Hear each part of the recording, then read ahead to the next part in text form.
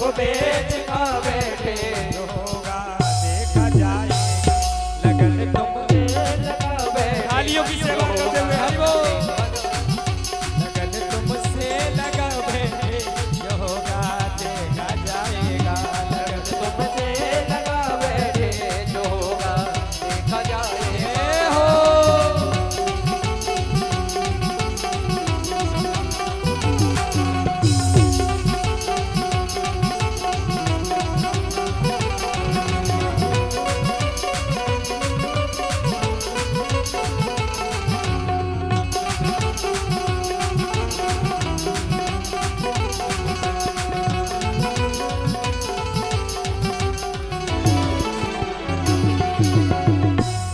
वत्सल भगवान की।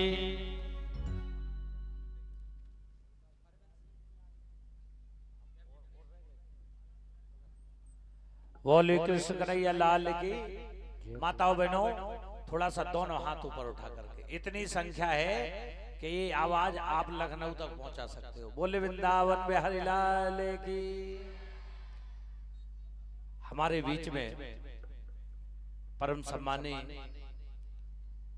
आदरणीय श्री धर्मेंद्र यादव जी, धर्मेंद्र क्षमा करें, धर्मेंद्र गुर्जर जी, जो कि उज्जैन से महाकालेश्वर का आशीर्वाद लेकर के हमारे लिए आए हैं और उन्होंने छाया चित्र के रूप में महाकालेश्वर की प्रतिमा दी। ये आशीर्वाद बहुत बड़ा होता है और मैं व्यासपीठ से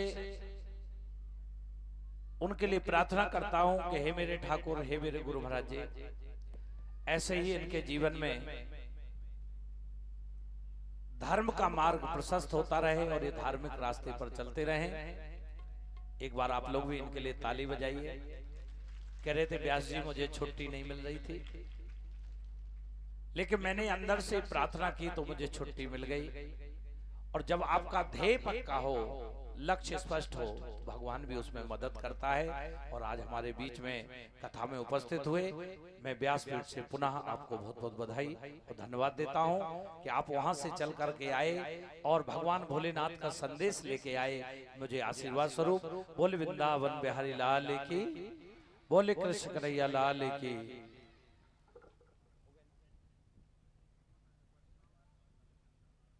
बोले राज बिहारी की।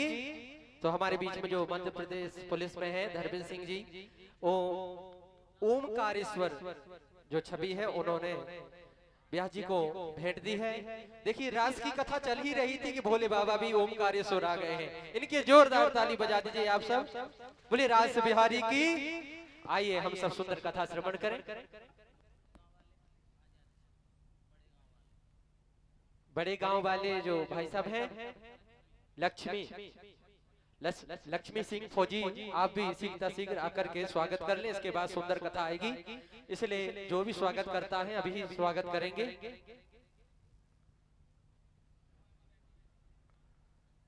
और उसके बाद आरती के बाद स्वागत करेंगे सभी, बीच में नहीं। अभी बड़ी सुंदर कथा होने जा रही है, तो अगर आप तक आवाज पहुंची है तो आप शीघ्र मंच पर आने की कृपा करें। बोली वृंदावन बिहारी लाल की। भाइयों बहनों माताओं, बड़ा सुंदर रास रचा है। आचार्य सुखदेव जी कहते हैं रासोत्सवा संप्रवत्तो गोपी मंडल मंडिता। ऐसा विचित्र नृत्य किया कि जितनी गोपी उतने कृष्ण। गलमैया भी देते हैं और खूब नाचे हैं, और ऐसा नाचे कि नाचते नाचते मेरे भगवान भोलेनाथ का जो पल्लू था वो गिर गया। और जैसे ही मेरे गोविंद की नजर भगवान भोलेनाथ पर पड़ी, बोले गोपेश्वर भगवान की। बहुत ध्यान दें, परीक्षित कहते हैं श्री कृष्ण का अवतार तो हुआ है धर्म की स्थापना के लिए, फिर धर्म के संस्थापक श्री कृष्ण ने पराई स्त्रियों के साथ रासलीला क्यों की? परीक्षित के समय में कलयुग आ गया था, इसलिए परीक्षित के मन में ये प्रश्न भी आ गया। सुखदेव जी बोले अब तो घोर कलयुग आने वाला है और कलयुग में लोग तो जरा सी बात चाहिए फिर देखो शास्त्रार्थ पर उतारू हो जाएगा। मनु स्मृति में लिखा है धर्म का तत्व गुफा में छिपा हुआ है। धर्मस्सु तम निहितम गुहाया। ईश्वर वो है जो नहीं करने पर भी सब कुछ करने के बाद भी कुछ नहीं करे। दूसरी बात तुमने कहा ईश्वर ने किया वो हम करेंगे, ऐसा कभी मत करना। भगवान भोलेनाथ ने समुद्र मंथन से जहर पिया था तो आप पी सकते हो। कुछ लोग हमने कहे पाए जाते हैं कि भगवान भोलेनाथ ने भी तो गांजा पिया तो हम पीते। अरे भगवान भोलेनाथ ने जहर भी तो पिया तो आप पियोगे। अपने मतलब की चीज आपने ले ली। अरे भगवान ने कहीं गांजा नहीं पिया, किसी भी शास्त्र में नहीं लिखा है। भगवान ने कहीं भी कोई नशा नहीं किया। ध्यान देना, जो ईश्वर होता है उसका अनुकरण हमें कभी नहीं करना चाहिए। तुम ये बताओ, इसलिए शिव जी ने विष पी लिया, उन्हें बुखार भी नहीं आया, और हम विषपान करेंगे तो 1.5 मिनट में हमारा काम हो जाएगा। 1.5 मिनट लगेगा और प्राण अंत हो जाएगा। ईश्वर के वचन को मानो। ईश्वराम वचा सत्यम तथई वाचरितम क्वचात्।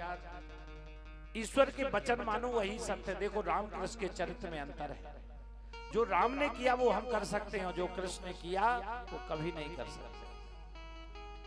कृष्ण के किए हुए को हम नहीं कर सकते, क्योंकि राम का चरित्र वो विशुद्ध मानव चरित्र है और कृष्ण का जो चरित्र है वो विशुद्ध ईश्वरीय चरित्र है। दोनों ही भगवान है, लेकिन एक का चरित्र मानवता का प्रदर्शन है और एक का चरित्र योगेश्वर से भरा हुआ है। राम के चरित्र में हमें शिक्षा मिलती है, प्रातः काल उठ के रघुनाथा मात पिता गुरु ना बन। रघुवर प्रातः काल उठकर माता पिता गुरुजनों को प्रणाम करते हैं। इसलिए ये जो महाराज की कथा है, जीव और परमात्मा को मिलने की कथा है। काम विजय प्रख्यान प्रधान सेयम, ये काम को विजय प्राप्त करने का प्रसंग है। यहाँ पर ये भगवान ने अपनी गोपिकाओं को इसका आनंद दिया। जीव और परमात्मा का मिलन हुआ, यही रास की प्रक्रिया है और यही महारास है। बोले वृंदावन बिहारी लाल की।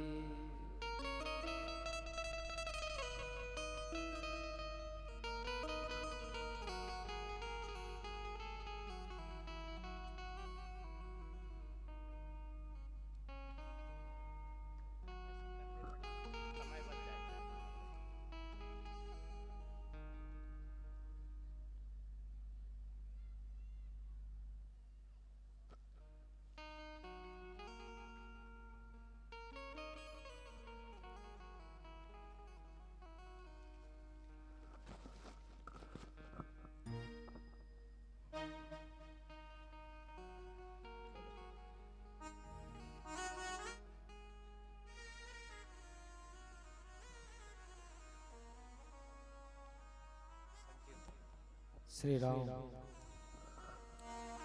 श्री राम जय राम जय जय राम। श्री राम जय राम जय जय राम। श्री राम जय राम जय जय राम।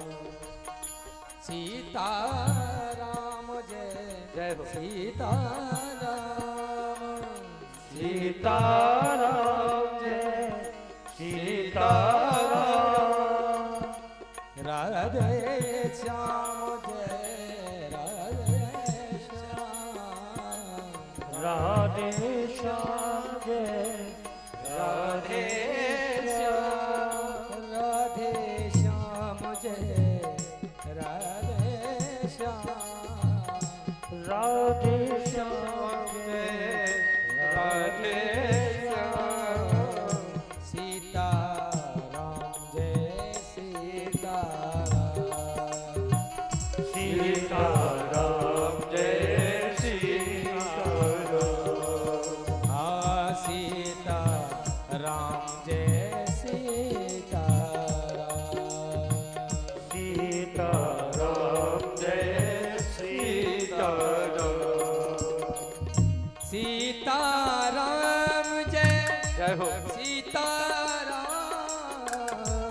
सीताराम जय सीताराम राधे श्याम जय राधे श्याम राधे श्याम जय राधे श्याम सीताराम जय सीताराम सीताराम जय सीताराम सीताराम जय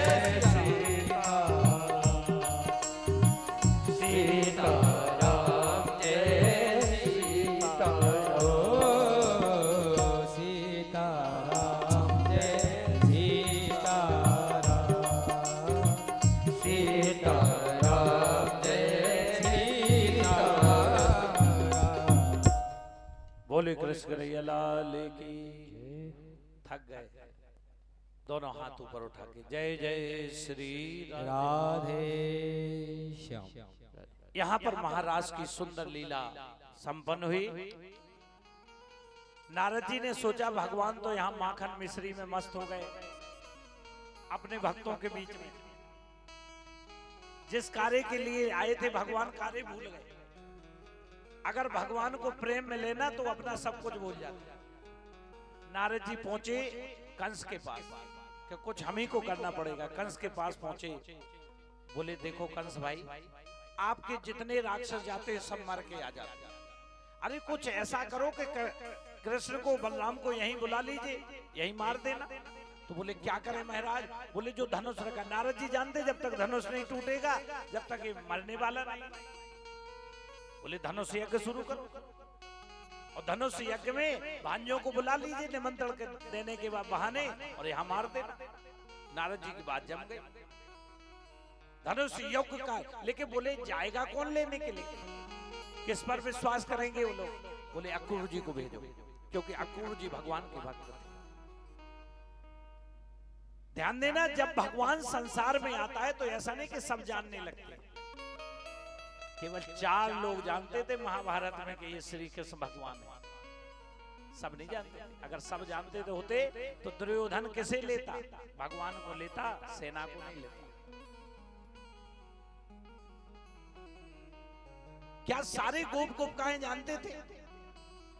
यशोदा मैया भी नहीं जान पाई कि ये कौन है। जब उनको विराट लीला का दर्शन करवाया तब समझिए कुछ। लेकिन फिर भगवान बुला दिया।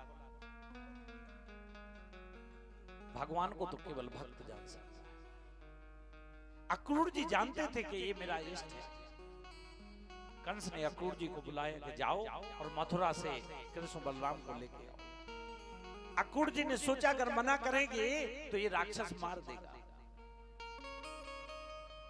लेकिन मन में एक डर भी है, अगर गए और कृष्ण बलराम को लाए और कहीं इसने मार दिया तो मुझे जीवन भर कलंक लगेगा।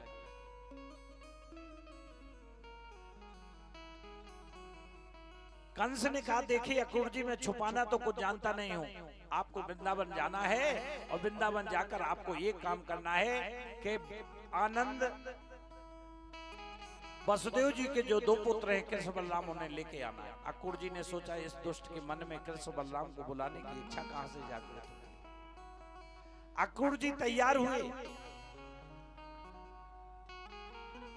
और परिणाम ये हुआ कि 15-20 मिनट के बदले 10 घंटे का समय लग गया।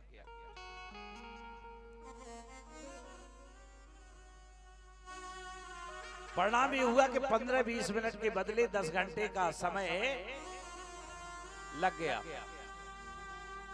जहां से वृंदावन की सीमा आरंभ होती है वहीं से अक्रूर जी रथ के नीचे कूद पड़े। मेरे बाल कृष्ण प्रभु गौ चरा कर लौट रहे थे, बड़ा ही सुंदर कर। अक्रूर जी को जैसे ही श्री कृष्ण ने देखा मन में बड़े प्रसन्न। काका जी आ गए, काका जी आ गए। महात्मा अक्रूर जी के भाव बेहल हो गए। आज पहली बार उनके चरणों में प्रणाम करने के लिए दौड़े। कन्हैया ने सुम प्रणाम किया और बोले आप तो हमारे पूज्य काका जी हैं, आप हमें प्रणाम कर रहे हैं।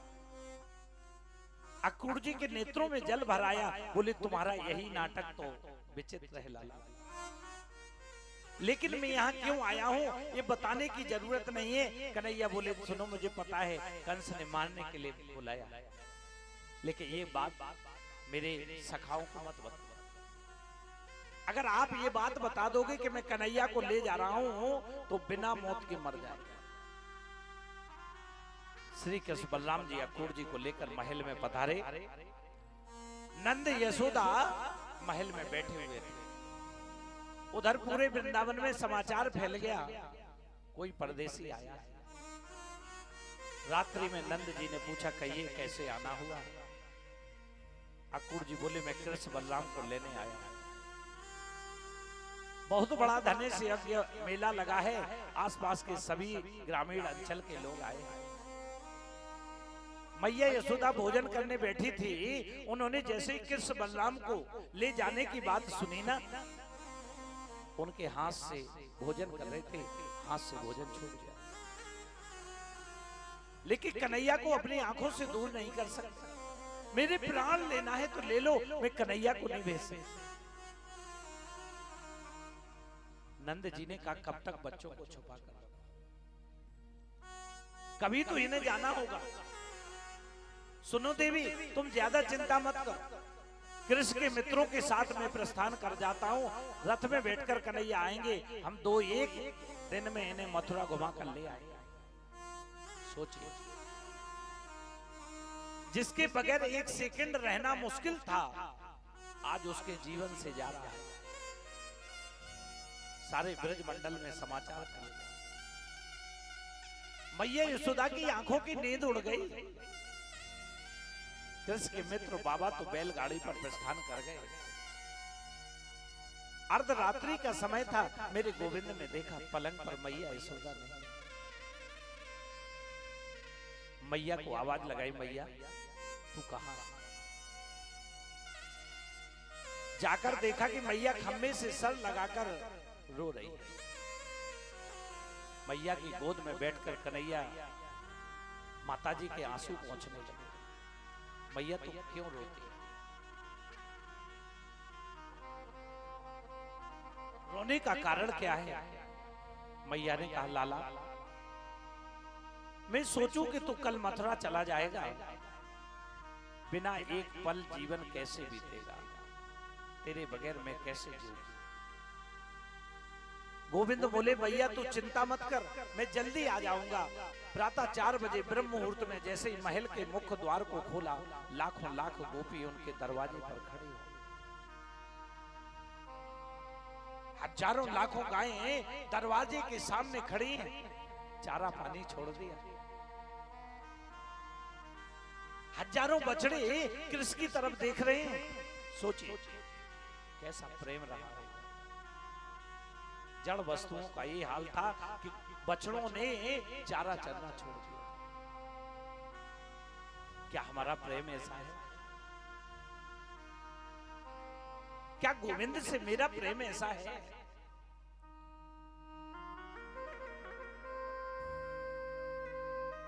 गोपियां आई, गोपाल के हाथ जोड़कर बोली लाला हम आपको जाने नहीं देंगे। आपने ये कैसे सोच लिया कि हम आपके जाने देंगे? अहो विधाता न क्वचिद दया, संयोज मित्र प्रणयन देहिना,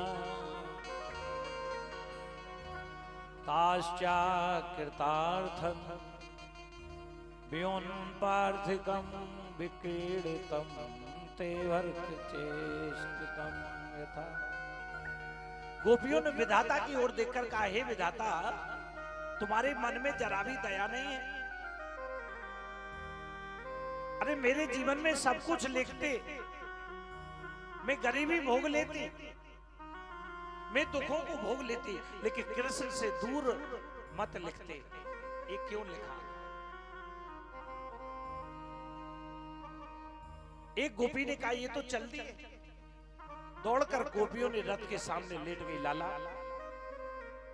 हमारे ऊपर से रथ निकाल के, जब हमारे प्राण नहीं रहेंगे तो आप चले जाइए। मेरे गोविंद नच रथ के नीचे उतरे और हाथ जोड़कर प्रणाम किया। हे गोपियों, तुम्हारे प्रेम का कर्जा मैं 7 जन्मों तक नहीं चुका सकता। ध्यान देना, भगवान से प्रेम करो तो गोपियों की तरह। कृपया मुझे जाने की अनुमति प्रदान करें। जैसे ही गोपाल ने प्रणाम करके रथ में विराजित हो चले, मां यशोदा महल में दौड़ कर आई। अरे न कोई रथ को तो रोक। मैया दौड़ती गिरती पलटती हुई कृष्ण बलराम को दोनों रथ के नीचे कूदे, मैया के अंक में लिपट गए। क्या बात है मैया! मैया ने प्रेम अश्रु से लाला के सिर को भिगो दिया। अश्रु से जलधारा बहने लगी। मेरा क्या अधिकार है तुम्हें रोकने का? अच्छा एक बात और बताओ, जिस मां ने 11 वर्ष 55 दिन पाल करके बड़ा किया हो और उस माता को पता चले कि ये पुत्र मेरा नहीं है, उस मां पे क्या गुजरे? जिसने 11 वर्ष 56 दिन तक जिस बालक को पाल पोस के बड़ा किया और आज पता चला कि ये मेरा पुत्र नहीं है।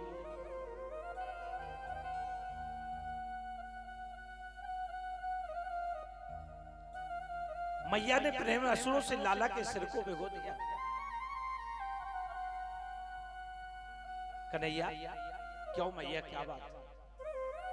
मैया बोली, मैं इतनी निष्ठुर थी लाला ना, तो को कभी प्यार नहीं किया।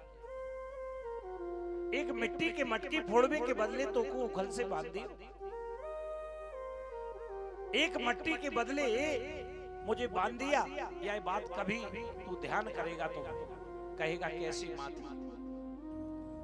कृष्ण बलराम यशोदा की चरणों में गिर पड़े, हिलकियां मार के रोने लगे। गोपाल बोले, दुनिया की सारी चीजें भूल सकता हूं भैया, परंतु तुम्हारे प्रेम और स्नेह के बंधन को नहीं भूल सकता। मन में सोचो, जिस परमात्मा के आदि अंत का पता नहीं, उसको बांधने का अगर सामर्थ्य है किसी में, तो मां के प्रेम में। वो भक्त के प्रेम में बार बार मैया बंधन किया, बार बार अपने ब्रज को प्रणाम किया। जब रथ की ध्वजा चमकती रही, रथ से उड़ने वाली धूल चमकती रही, तब तक गोपियां देखती रही। और गोपियां विरह के गीत में गा रही हैं। क्या गा रही हैं?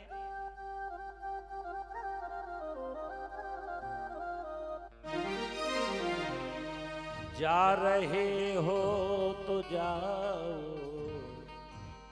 ब्रज छोड़ के, सबका दिल तोड़ के।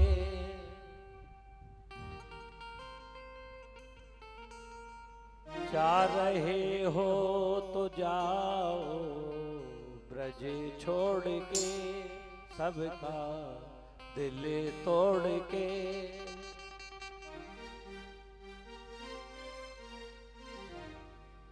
प्रेम ब्रज सा कन्हैया नहीं पाओगे, नहीं पाओगे। जा रहे हो तो जाओ ब्रज छोड़कर, मेरा दिल तोड़कर।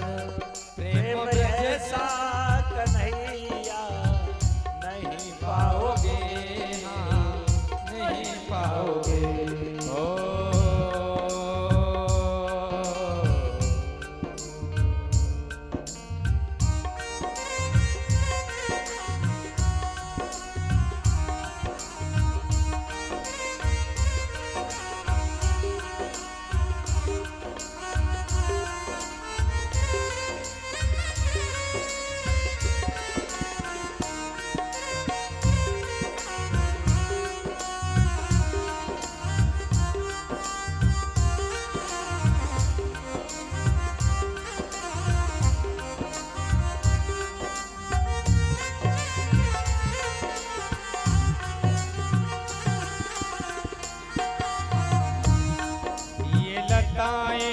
कदमों की ये डालियां तेरे बचपन के साथी सावरिया, सावरिया। ये लताएं कदमों की ये डालियां तेरे बचपन की साथी सावरिया सावरिया कुंज गलियां कहानी तेरी गा रही प्यारे तेरी गा रही ऐसी गलियां कन्हैया नहीं पाओगे कहाँ पाओगे जा रहे हो तो जाओ छोड़ कर जोड़िए तो कन्हैया नहीं पाओगे नहीं पाओगे।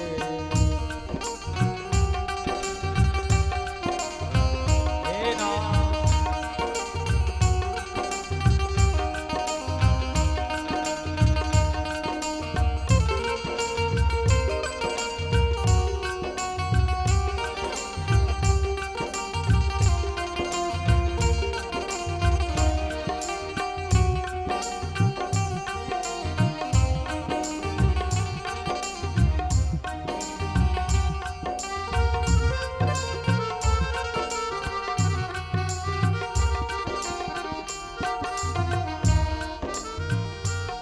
लेके ग्वालों को घर में आना तेरा घर के छीके से माकर चुराना तेरा हो चुराना तेरा लेके ग्वालों को घर में आना तेरा घर के छीके से चुराना तेरा चुराना तेरा स्वाद माखन का जैसा जो ब्रज में मिला प्यारे ब्रज में मिला स्वाद ऐसा कन्हैया नहीं पाओगे नहीं पाओगे जा रहे हो तो जाओ ब्रज छोड़ कर दिल तोड़ कर यदि ऐसा कन्हैया नहीं पाओगे नहीं पाओगे।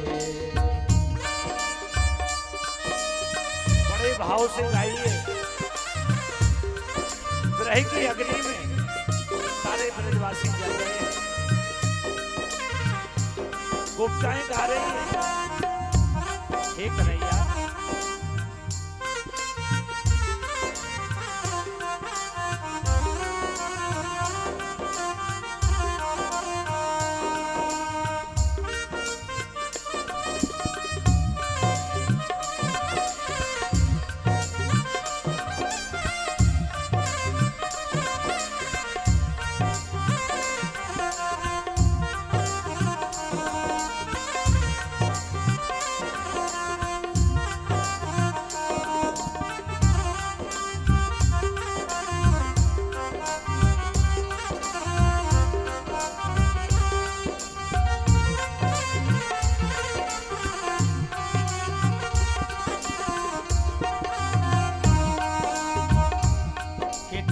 भोड़ी गगरिया पनघट पर चीर किसके बचे हैं प्यारे कहो श्याम प्यारे कहो कितनी भोली गगरिया पनघट पर चीर किसके बचे श्याम प्यारे कहो प्यारे कहो तेरे अधमों को जिसने हंस के सहा ऐसे प्रेमी कन्हैया नहीं पाओगे नहीं पाओगे जा रहे हो तो जाओ तोड़ कर दिल तोड़ कर यदि ऐसा कन्हैया नहीं पाओगे नहीं पाओगे। ओ गोपियाँ करे हो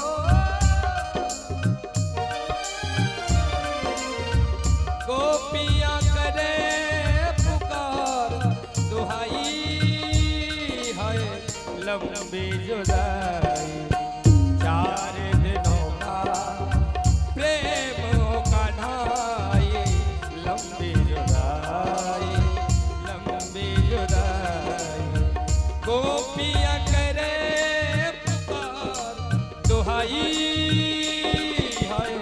लंबी जुदाई, 4 दिनों का प्रेमों का नाम, लंबी जुदाई, लंबी जुदाई, लंबी जुदाई, लंबी जुदाई।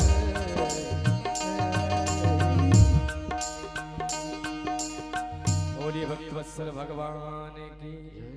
जिस दिन से श्री कृष्ण मथुरा से गए, ब्रज की गोपियों ने मथुरा जाकर माखन बेचना बंद कर दिया, क्योंकि हमारे जाने से हमारे कृष्ण की स्वतंत्रता में किसी प्रकार का व्यवधान नहीं होना चाहिए। अद्भुत प्रेम। सुखदेव जी कथा सुनाते सुनाते रो पड़े। ब्रज मंडल के इस विरह को देखकर अक्रूर जी का हृदय फट गया।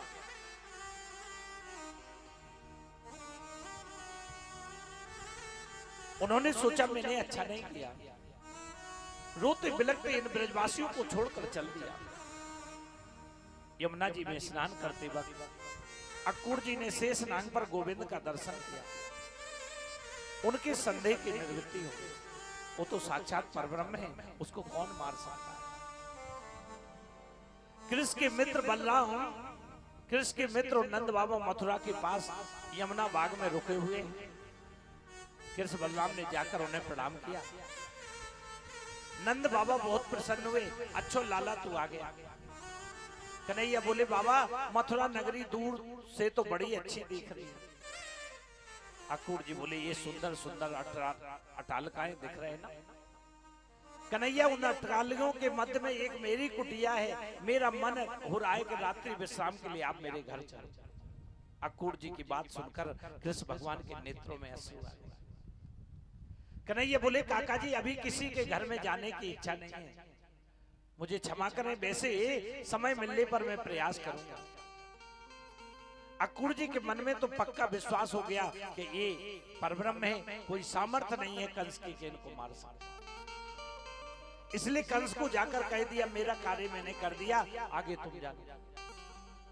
कंस ने सारी मथुरा नगरी की सजावट का आदेश दिया। लोगों को निर्देश कर दिया कि मार्ग में कृष्ण बलराम का कोई स्वागत न करे। लेकिन मथुरावासी कितने वर्षों से कृष्ण भगवान की आस लगाए। जीवन में आशा करनी है तो गोविंद से मिलने की करो ना। संसार की आशाएं व्यर्थ है। जीवन में जो भी कार्य करो परमात्मा से जोड़ करके करो। अभिमान करना बुरी बात है, लेकिन रामायण में सुतीक्षण जी कहते हैं क्रोध भी करो तो परमात्मा से करो, आखिर क्रोध भी किसके लिए बना है। ब्रजवासियों का क्रोध आता है तो कन्हैया के गाल पर गुलचा मार करके घोड़ा बना करके बैठ जाता है। एक व्यक्ति विचार करिए, जो परब्रह्म है उसके ऊपर बैठ करके कैसी भक्ति की होगी कि परब्रह्म के ऊपर बैठते हैं। उस लीला को याद कर करके आज सारे ब्रजवासी अंदर से व्यथित हैं।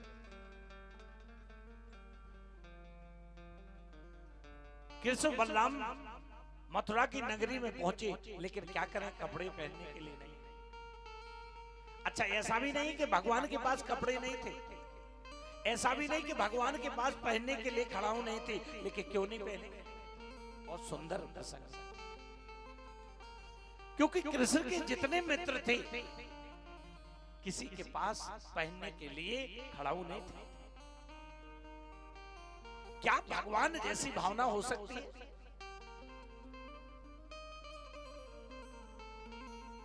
मेरे मित्रों के पास पहनने के लिए खड़ाऊ नहीं है। अगर मैं खड़ाऊ पहनूंगा ना तो मेरे मित्रों का अपमान होगा।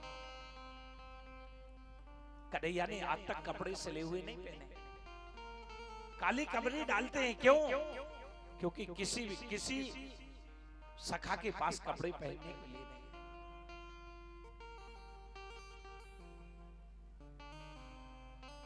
अद्भुत प्रेम, अद्भुत भक्ति है। ब्रजवासियों की भक्ति हो तो ऐसे। भगवान कृष्ण बलराम बालकों के साथ एक धोबी घाट पर गए कि कोई कपड़े नहीं। उत्सव में शामिल होना है। कैसे शामिल होना?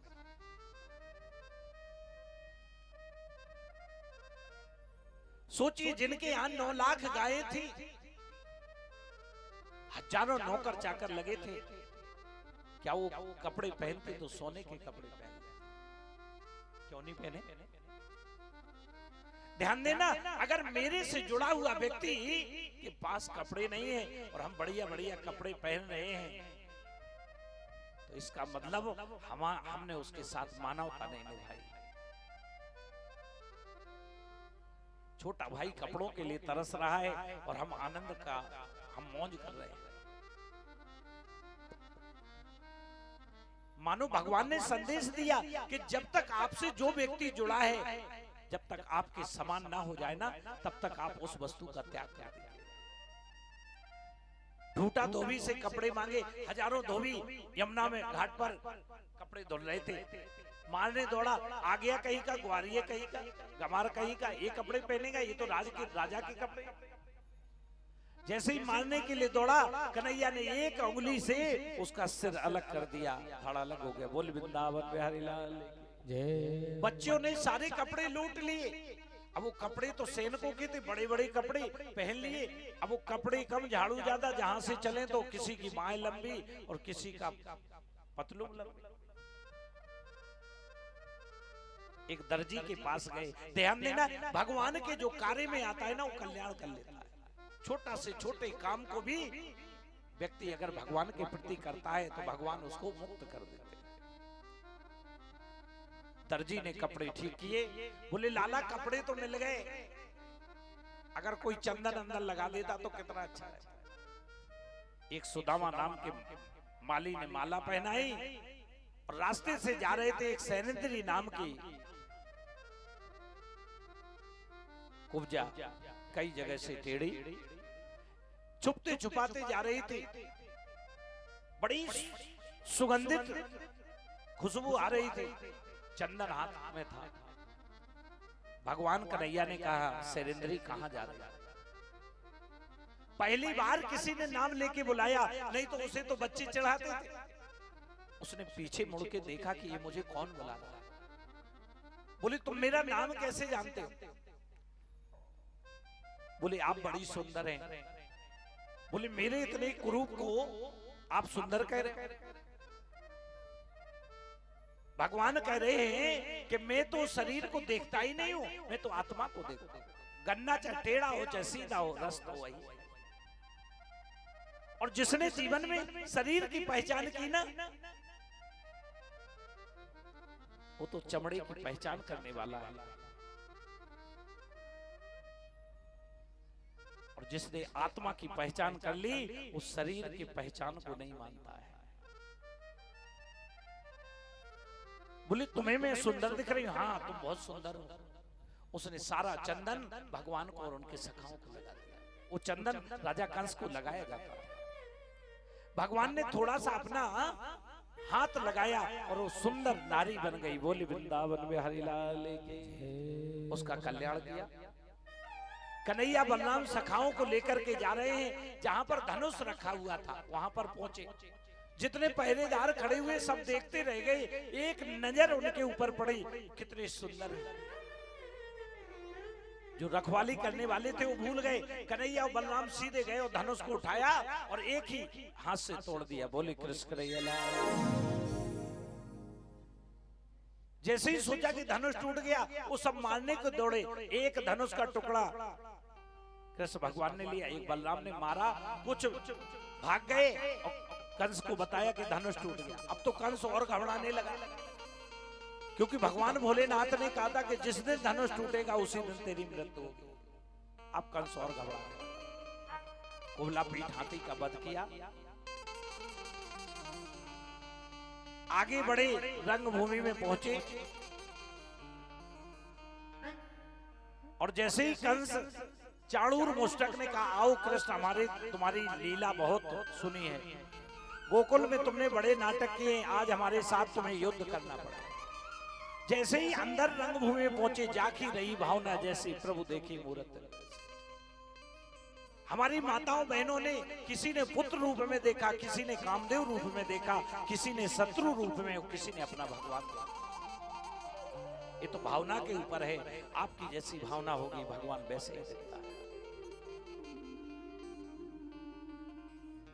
कन्हैया बोले लड़बे तो हमें आता ही नहीं, हम लड़ना नहीं जानते, हम तो माखन मिश्री देना जाते, खाना जानते। कैसे नहीं आता? तुमने पूतना भेजा, पूतना को मारा, सक्तासुर को मारा, तृणावर्त को मारा, अघासुर बकासुर को मारा। कृष्ण बोले तुम्हारी सौगंध खा के कहता हूं मामा जी, जितने भी राक्षस गए वे सब मरे मराए गए थे, हमने किसी को नहीं मारा, मैंने किसी को नहीं मारा। ना बालो न किशोरस्त्वम बलस्य बलिना वरा लीले वो हतो ये सहस्र दो भृतम। तुम बालक नहीं हो, तुम किशोर नहीं हो, आज हमारे साथ युद्ध करो। सुखदेव जी कहते राजन चाणूर कंस का सेनापति है, ये अतिरथी वीर है, 1 लाख सैनिकों का अकेला उसमें बल है, युद्ध कर सकता है। ऐसे अतिरथी वीर से मेरा नन्हा कृष्ण कैसे लड़ेगा? जिसकी आयु 11 वर्ष 56 दिन है, लेकिन ये ताकत मिली है मैया यशोदा के दूध से। जिस माता के अंतर हृदय में ये भावना हो कि वृद्ध आश्रम में बालक हमारी सेवा करे, तो बचपन से बालक को अपना दूध पिलाना शुरू कर दे। हमारे आयुर्वेदिक में ही लिखा है। आजकल लोग दुनिया के खाते हैं भक्षा भक्त, 1000 बोल देता हूं, 1000 अंडे खाने से जो विटामिन मिलती है वो विटामिन केवल 2 आंवले खाने से मिलता है। 2 आंवले खा लीजिए। आंवला जानते हो? उन लोगों से निवेदन है कि जो दुनिया भर का खाते हैं, 2 आंवला खा लीजिए, 1000 अंडे की विटामिन मिल जाएगी।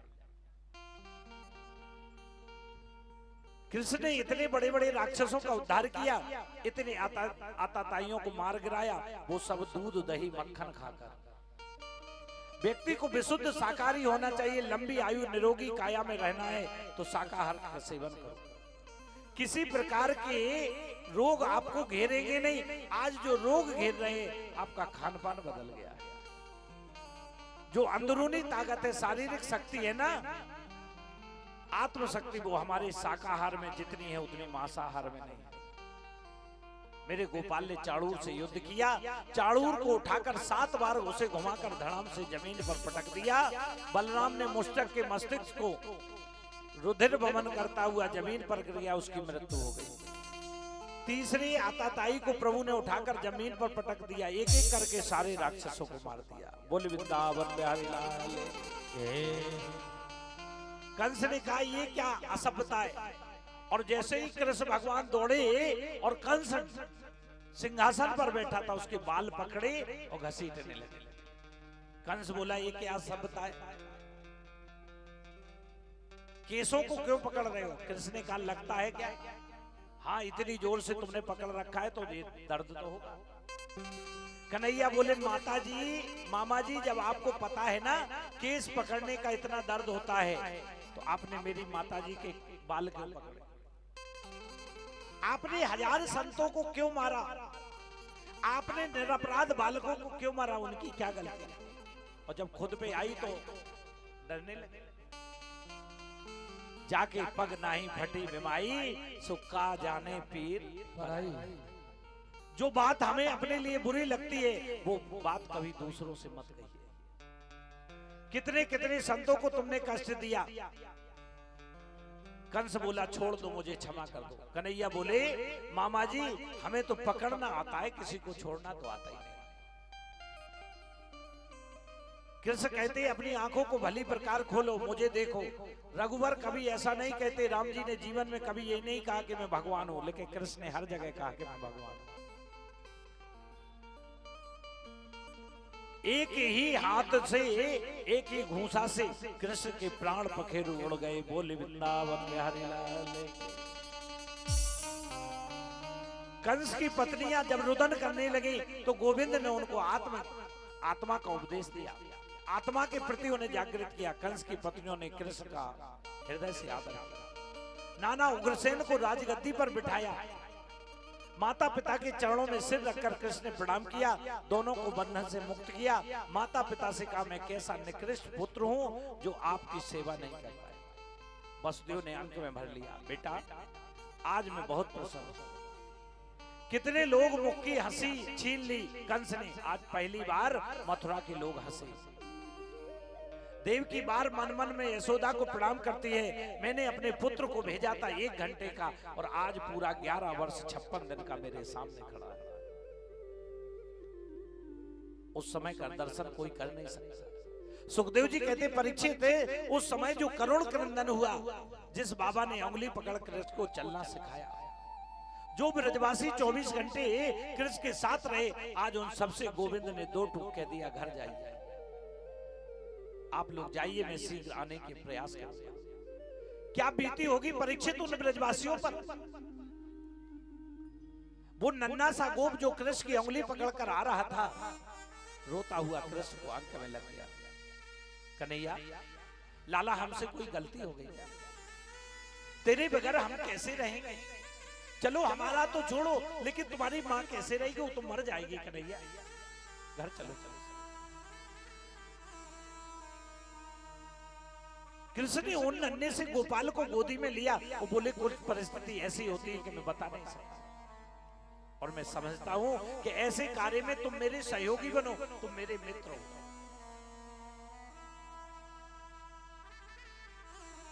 कृष्ण का हृदय फटा जाता है। नंद बाबा मैया यशोदा जैसा दुख दुलार उन्हें कहां मिल सकता है। मैया देवकी ने कृष्ण के सिर के केस कटाए, मुंडन करवाया, चौड़ी चोटी रखी, जनेऊ संस्कार किया और दोनों भाइयों को अवंतकापुरी उज्जैन भेज दिया, जहां से हमारे भाई आए, धर्मेंद्र भाई। भगवान कृष्ण के गुरु की नगरी थी अवंतकापुरी, और आज भगवान कृष्ण बलराम गुरु के आश्रम शांतिपद ऋषि के आश्रम। गुरु ग्रह पढ़ने गए रघुराई, गुरु ग्रह पढ़ने गए रघुराई, गुरु ग्रह पढ़ने गए रघुराई, गुरु ग्रह पढ़ने गए रघुराई, अल्प काले क्या सब आई, अल्प काले क्या सब आई। सारी विद्याओं को कृष्ण ने पढ़कर धनुर्विद्या को पढ़ा। वहीं सुदामा से मित्रता हो गई। लौटते समय सुदामा को गले लगाया। गुरुदेव के मरे हुए पुत्र को यमपुरी से लाकर प्रदान किया। पंचजन नाम के राक्षस को मार करके प्रभु ने पंचजन नाम के संघ को प्राप्त किया। सुदामा को गले लगाकर बोले, मेरी मथुरा कभी आना। सुदामा ने कहा, प्रयास करूंगा। गुरुदेव और माताजी का आशीर्वाद लेकर कृष्ण आए। आकर माता पिता के चरणों को प्रणाम किया।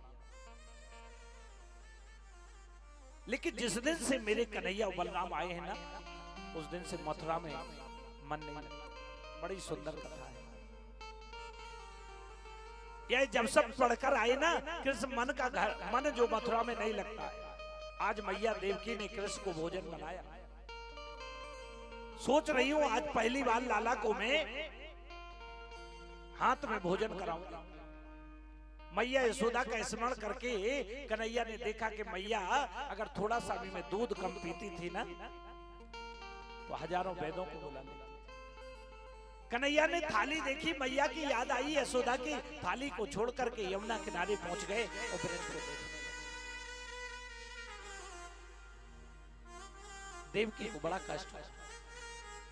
अपने स्वामी वसुदेव से कहा कि जाने जिस दिन से कन्हैया आया है ना, उस दिन से ना खाता है, ना पीता है, ना भोजन करता है, ना पानी पीता है। 24 घंटे उदास रहता है। आप पूछो क्या कारण है? वसुदेव जी बोले मैं क्या जानूं, बचपन में उसे क्या पसंद है, मेरे साथ तो रहा नहीं। वसुदेव के भाई के एक पुत्र थे जिनका नाम था उद्धव, बृहस्पति के शिष्य थे, कन्हैया के बड़े परम प्रिय मित्र थे, बिल्कुल कन्हैया के समान दिखते थे। उद्धव से वसुदेव ने कहा कि उद्धव जाकर के समझाओ कि आखिर पूछो तो तुम्हें कष्ट क्या है। भगवान 24 घंटे का काम था कि यमुना किनारे खड़े होकर अपने ब्रज की तरफ देखते थे। धन्य हो ब्रजवासी, धन्य ब्रज की गोपिकाएं, धन्य ब्रजवासी। ध्यान देना, भगवान के लिए तो दुनिया रोती है, लेकिन वो भक्त धन है जिनके लिए भगवान रोते हैं। धन्य उन ब्रजवासियों की भक्ति कि आज भगवान रोने पर मजबूर है। धन्य उन ब्रजवासियों का प्रेम।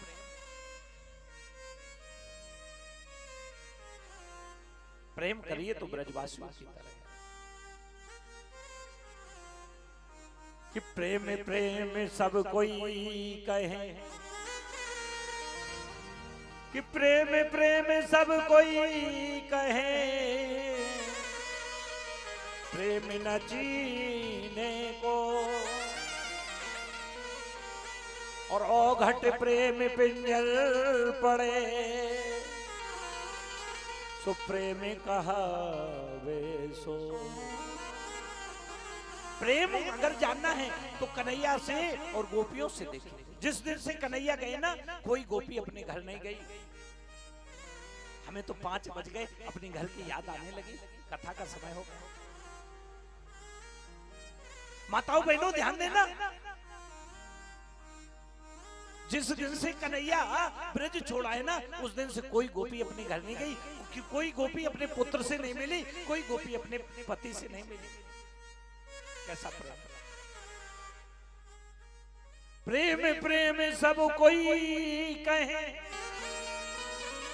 प्रेम न चीने को, और औघट प्रेम पिंजर पड़े, तो प्रेम कहावे सो।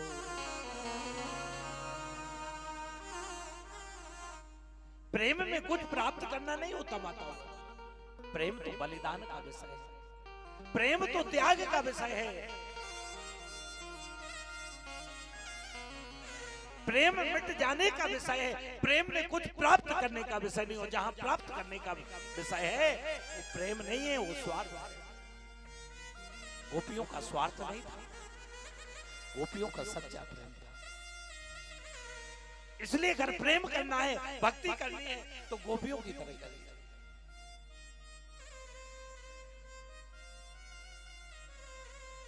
भोजन करती हैं तो कृष्ण नाम, रोती हैं तो कृष्ण के लिए।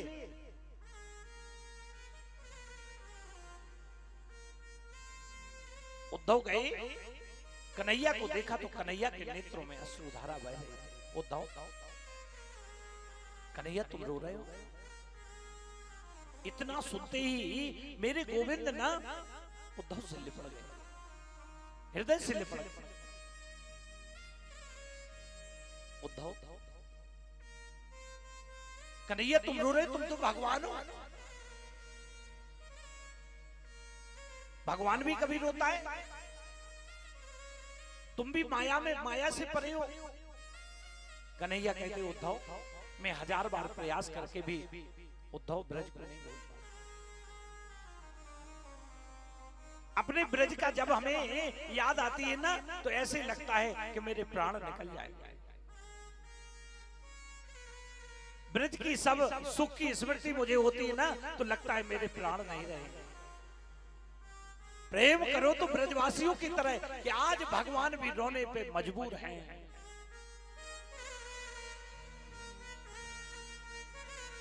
एक और निवेदन, झूठा प्रेम भगवान से मत करिए।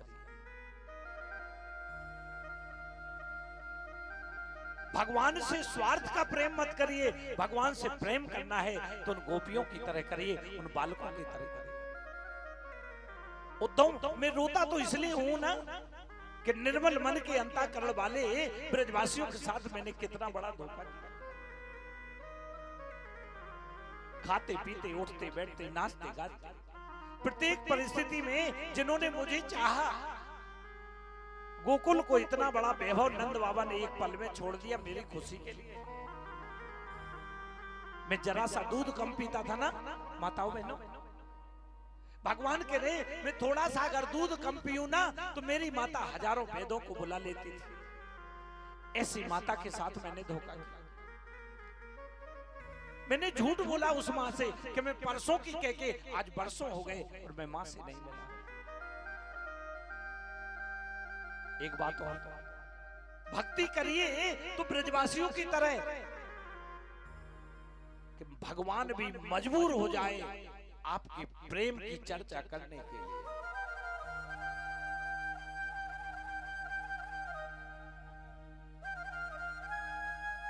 इन ब्रज की गोपियों का तो सर्वस्व मैं हूं ना उद्धव।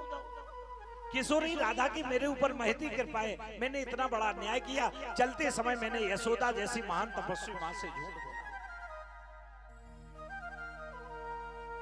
अच्छा उद्धव एक बात बताओ, मुझे उन ब्रजवासियों की याद आती है ना तो इसका मतलब वो मुझे याद करते हो। अच्छा याद भी उसी की आती है जो आपको याद करता। यदि वो लोग मुझे याद करते हैं तो मुझे उनका स्मरण क्यों आता है? एक बार वृंदावन जाओ ना, जाओ एक बार मेरे ब्रजमंडल में जाओ, मैया यशोदा समस्त प्रेमियों सबको जाकर मेरा समाचार सुनो। उद्धव ने टेढ़ी नजर से गोविंद की तरफ देखा। कन्हैया याद आ रही है, पर ब्रह्म को याद आ रही है ब्रजमंडल की, जो सारे संसार का परमात्मा उसे ब्रजमंडल की याद आ रही है। क्या हो गया आपको?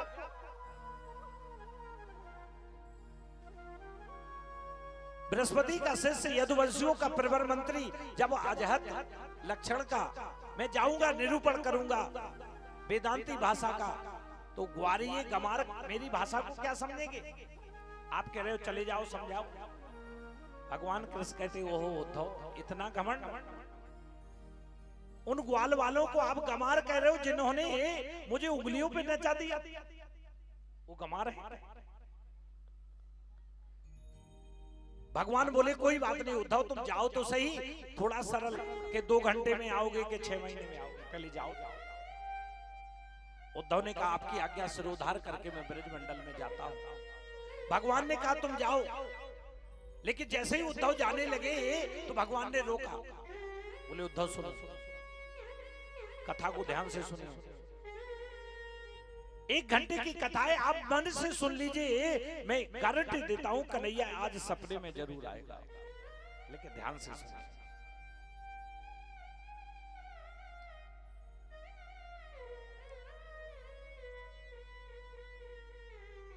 भगवान ने कहा तुम जा तो रहो, लेकिन मेरे कपड़े और मेरा रथ ले जाओ। इस बात को उद्धव नहीं समझे।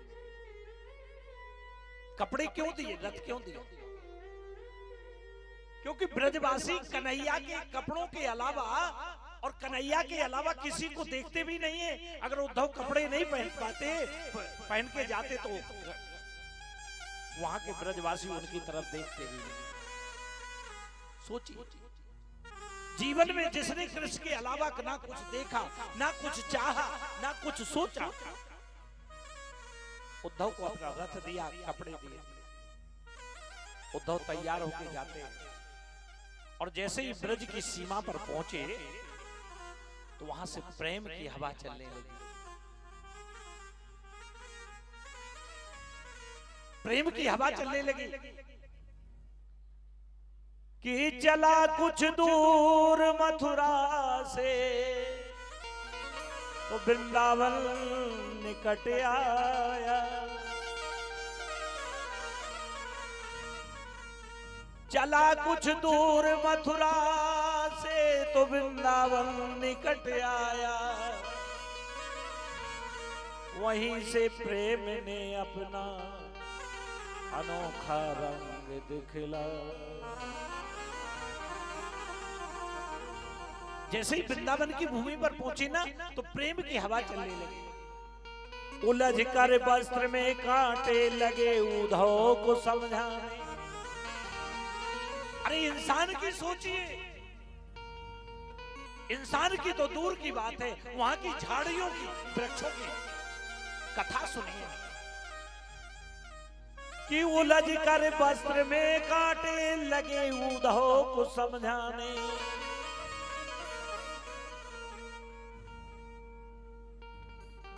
और तुम्हारा ज्ञान का पर्दा फाड़ देंगे यहाँ के दीवाने।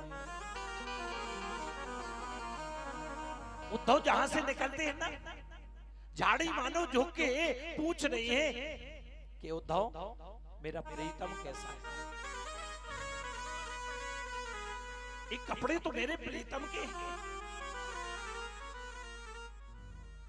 ये जड़ बस्तियों की हालत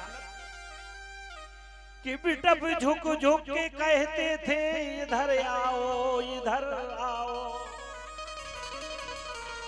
जहां से उद्धव निकल रहे हैं ना, वृक्षों की शाखाएं झुक के मानो पूछ रही हैं। बिटप झुक झुक के कहते थे इधर आओ इधर आओ।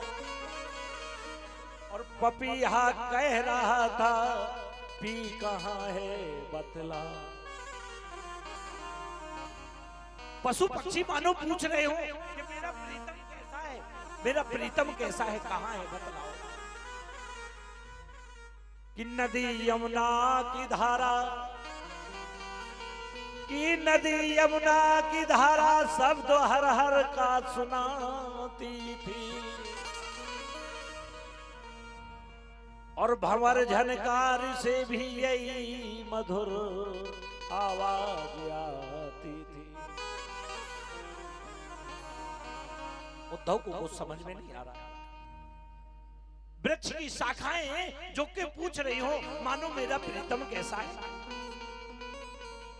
हजारों गायें घेर के मानो खड़ी हो गई कि उद्धव मेरा कृष्ण कैसा है। सोचिए, जिस दिन से कन्हैया गए ना, किसी गाय ने चारा नहीं चरा। ये जड़ वस्तुओं का हाल। थोड़ा सा अपना प्रेम देखिए और उन गोपिकाओं का प्रेम देखिए।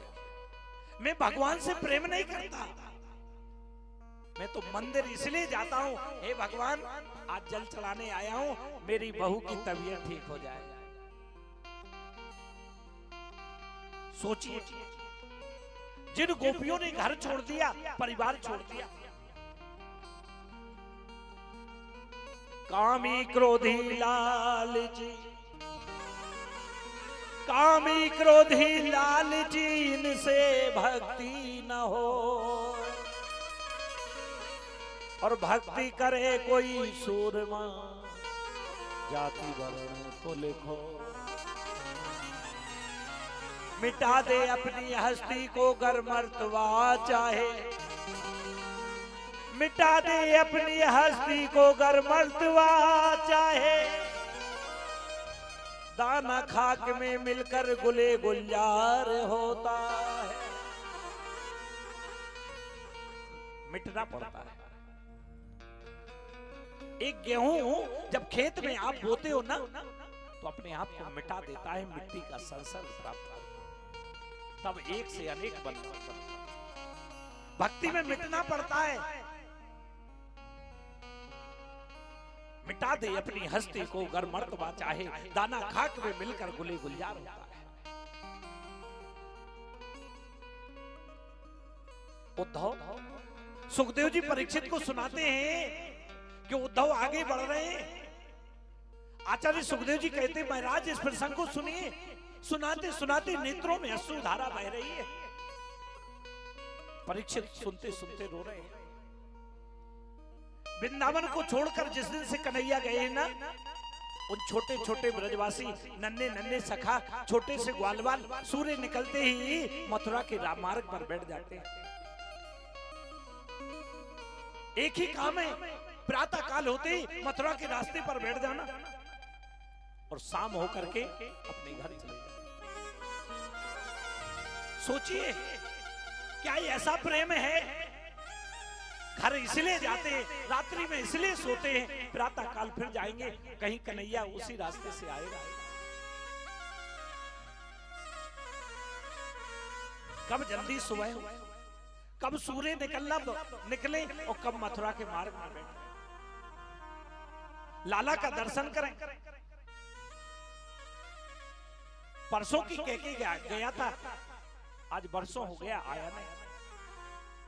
नित्य की बात भी आज भी मथुरा के मार्ग पर ब्रज के ग्वालवाल सखा बैठे हुए, बार बार देख रहे हैं लाला आए नहीं। आज उन ब्रजवासियों ने रथ को आता हुआ दिखाई दिया, सारे ब्रजवासी नाचने लगे, लाला आ गया, लाला आ गया। एक बोलो, मैंने पहले ही कहा था लाला हम बगैर में नहीं रह सकता। सब ब्रजवासी दौड़ पड़े। एक नन्हा सा सखा था जिसका नाम था मधुमंगल, जाकर के एक झाड़ी के पीछे छुप गया। क्या सुंदर भाव है। एक व्यक्ति, एक सखा गया, बोले क्यों रे मधुमंगल यहाँ क्यों छुप गया? बोले सुनो, बहुत तड़पाया है, लाला ने मुझे बहुत रुलाया है, उसकी याद में मैं बहुत रोया। जब तक आके मुझसे कान पकड़ के माफी नहीं मांगेगा ना, जब तक मैं मिलने नहीं आऊंगा। जब सब ब्रजवासी दौड़ पड़े तो वो सबसे आगे दौड़ करके आगे खड़ा हो गया। उसे बालक ने कहा क्या हुआ? रो करके बोला क्या करूं? उसके बगैर एक सेकंड कटता भी तो नहीं। अद्भुत प्रेम।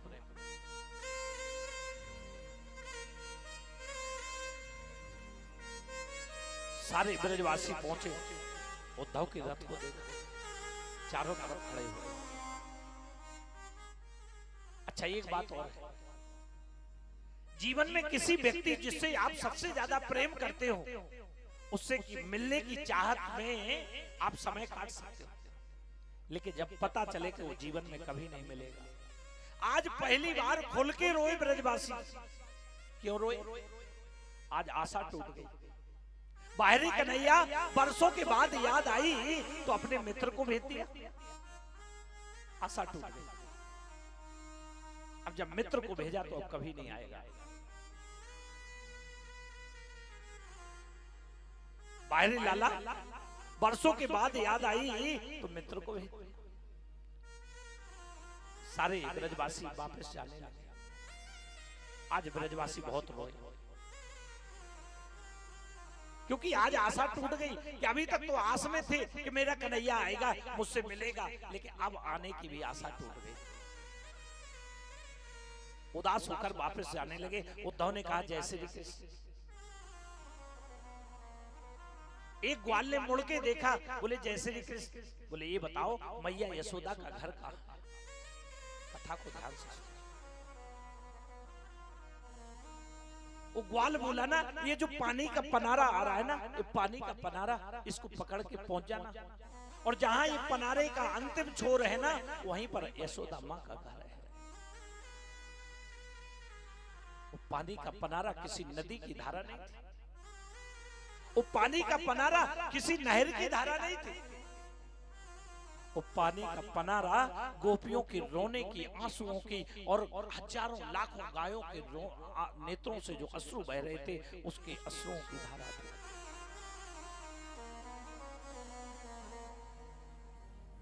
उद्धव जी उस धारा को पकड़ के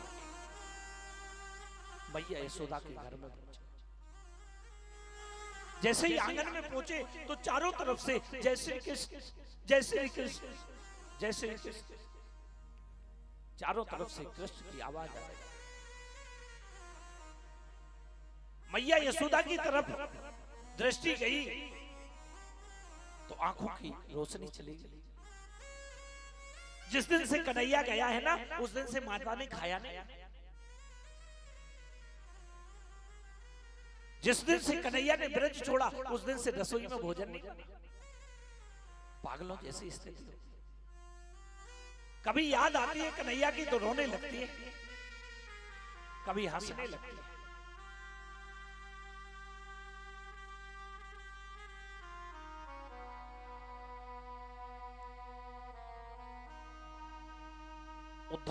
माता यशोदा को देखा, जाकर के पास में मैया प्रणाम किया। मैया में कृष्ण, जैसे ही कृष्ण का मैया ने उंगली लगाकर मुख में मानो ये कहना चाहती है कि मेरा लाला जग जाएगा, वो सो रहा है, तेज क्यों बोलते? उद्धव का दिमाग खराब हो गया। हे भगवान, जिसे मैं मथुरा में छोड़ के आया हूं, ये मैया कह रही कि वो सो रहा है।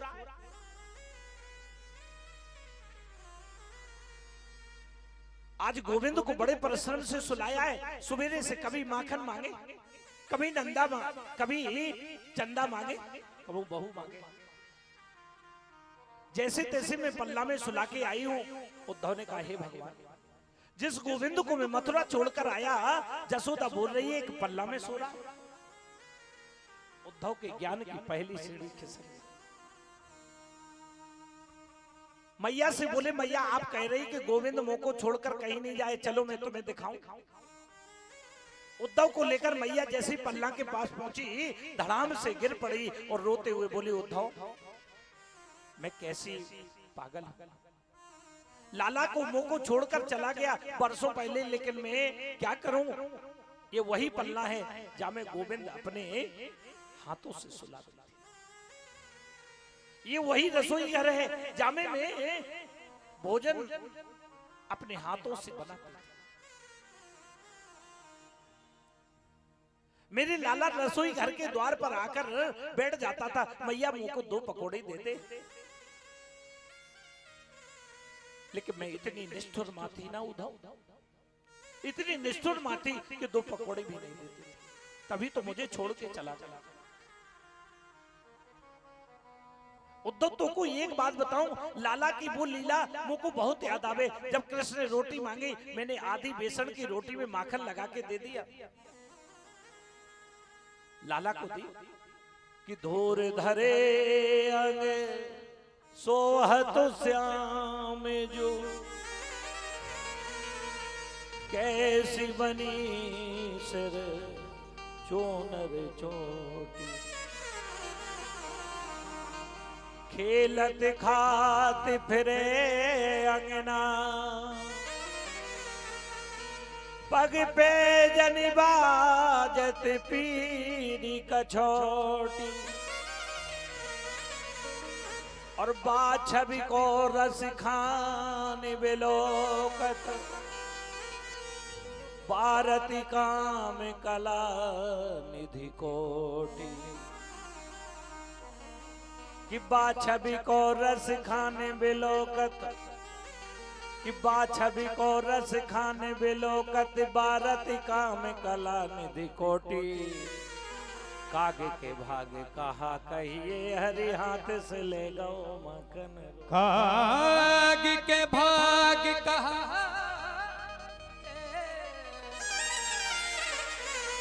हरि हाथ से ले गयो मखन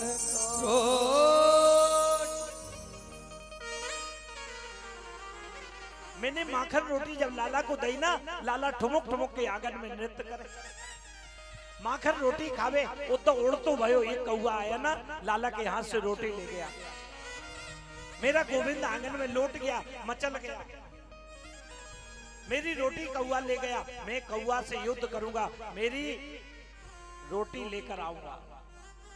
आज याद करती हूँ लीला तो हृदय भरता है। उद्धव एक बात ये मुझे ज्यादा तकलीफ देती है, वो क्या? मिट्टी के मटकी के फोड़वे के बदले मैंने लाला को उखल से बांध दिया, तभी तो लाला चला गया। सोचता होगा कभी एकांत में कि कैसी निष्ठुर मैया थी, एक मटकी की औकात नहीं है मेरी। माता पहले तो उद्धव ने माता के विचारों को सुना, हाथ जोड़कर बोला, पहले तो आप एक बात के लिए क्षमा करो, आप वो नहीं हो जो मैंने समझा था। मेरे जैसे करोड़ों ज्ञानी आपके चरणों के कण पर बार दिए जाएं तो भी आपकी बराबरी नहीं कर सकते। रात भर बैठकर नंद यशोदा से चर्चा हुई, ये बृहस्पति का सूखा ज्ञानी खो गया ब्रज की इस भाव में। प्रातः होते ही बोला मैया मैं गोपियों के दर्शन करना चाहता हूँ, राधा रानी के दर्शन की कामना है। जिस दिन से कृष्ण गए महाभाव सम्राट का दर्शन कीजिए, कितनी सुंदर लीला है। एक सुंदर बगीचे में लाखों गोपियां हैं, उनके बीच में किशोरी बैठी हुई है। जिस दिन से कृष्ण ब्रज छोड़कर गए गोपियों ने कोई घर का काम नहीं किया, केवल कृष्ण की याद में तन्मय उद्धव एक वृक्ष के पीछे खड़े हो गए। मन में सोचा जब नंद रानी से बात करने के काबिल नहीं हो तो इन गोपियों से मैं क्या बात कर सकता हूं। किशोरी जी शांत बैठी हुई है, कोई श्रृंगार नहीं। एक गोपी राधा रानी से बोली प्रिया जी आज स्वप्न में मेरे गोविंद आया। अगर स्वप्न भी देखती है तो गोविंद का, रोती है तो गोविंद के लिए, हंसती है तो गोविंद के लिए। बोली मैंने आज स्वप्न में गोविंद को देखा, माखन चुरा के ले जा रहा था और मैंने जैसे ही हाथ पकड़ा तो मेरी नींद टूट गई।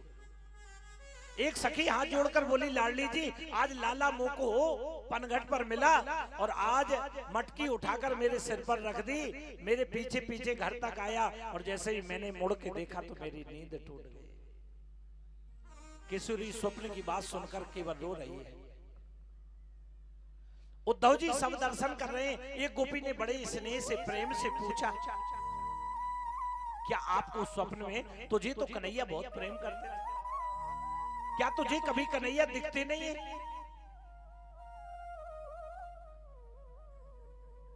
यदि देखते होते तो आप भी हमें बताओ ना तुम्हें सपने में क्या दिखता है। किशोरी जी हाथ जोड़कर प्रणाम करने लगे। क्या जवाब देती है किशोरी? स्वप्ने पश्यन्त्या कांतम, स्वप्ने पश्यन्त्या कांतम, धन्यास्ता सखियो सीता, अस्माकं तु गते कांते, गता निद्राया प्रीबेरणी। राधा रानी ने कहा मैं आपके चरणों में प्रणाम करती हूँ। आपको कृष्ण सपने में आते हैं, आप लोग भाग्यशाली, लेकिन मैं क्या करूं? जिस दिन से कन्हैया मुझे छोड़ के गया है ना, मेरी आंखों की नींद मेरी बैरन बन गई, मेरी से दुश्मनी कर ली और मुझे नींद नहीं आती है तो सपना किसका देखा? सोचिए कैसा प्रेम होगा। उद्धव का दिमाग खराब हो गया। इतने वर्षों के बाद राधा सोई नहीं। जो भगवान की याद में इतने वर्ष तक सोया नहीं हो, क्या भगवान उसके लिए नहीं रोएगा तो आपके लिए रोएगा? जो भगवान की याद में बच्चों से नहीं मिला, जो भगवान की याद में घर नहीं गया, अगर भगवान उसके लिए नहीं रोएंगे तो आपके लिए रोएंगे। अद्भुत प्रेम। अगर प्रेम देखना है तो गोपी और कृष्ण के प्रसंग में देखना।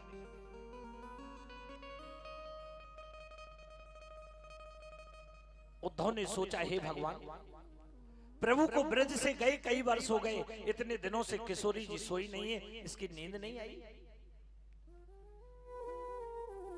सखियों से इतना वार्ता हो रही थी कि एक गोपी ने तुरंत राधा रानी से कहा क्यों रोती हो? प्रेम में कभी क्रोध भी आता है, अनुराग भी आता है, और प्रेम में ध्यान देना व्यक्ति गाली भी देता है। लेकिन ध्यान देना प्रेम की गाली प्रेम से पगी होती है, उसमें बुरा नहीं लगता। भगवान को गाली भी वो अच्छी लगती है क्योंकि प्रेम से सनी हुई है। उड़ता हुआ एक भौरा आया भौं भौं करके, सब गोपियों के पास भ्रमण करने लगा। एक गोपी ने कहा देखो ये काला है, एक काला है, निश्चित ही ये कृष्ण का मित्र। अरे भौरा क्यों बार बार हमारे पैरों में गिरता है, क्यों बार बार आकर हमें तकलीफ देता है? तुम्हारी मूंछों में कुमकुम लगा है, इससे बात स्पष्ट होती है कि तुम कृष्ण के समान स्तृणी हो। तुम उसी की कपटी कृष्ण के दूत हो। हम जानते हैं वो आज का नहीं, जन्म जन्मांतर का कपटी है। मौर्य ने कहा देखो मेरे मित्र को कपटी मत कहना। एक गोपी तिरछी निगाह करके बोली क्या बिगाड़ा था बेचारे बाली ने, छुपकर मैं मारा। अरे भीरमर, इस कपटी ने कृष्ण से जिसने भी प्रेम किया उसे धोखा ही मिला, उसे कष्ट ही मिला। मूरत ध्वज ने प्रेम किया, बेटे के सिर पर आरा चलवाना पड़ा। इसलिए ध्यान देना, ये रास्ता जो है भक्ति का रास्ता, ये भक्ति का रास्ता संघर्ष का रास्ता है। भक्ति का रास्ता अग्नि का रास्ता है, सबके बस की बात है। राजा शिवी ने प्रेम किया, शरीर काटकर तराजू पर तौलना पड़ा, लेकिन मोहरा हम सत्य कहते, इतना सब कहने के बाद भी मैं उससे प्रेम बहुत करता हूं। तुरंत दूसरी गोपी हाथ जोड़कर बोली अरे भौरे, ये बात जाकर कन्हैया से नहीं कहना।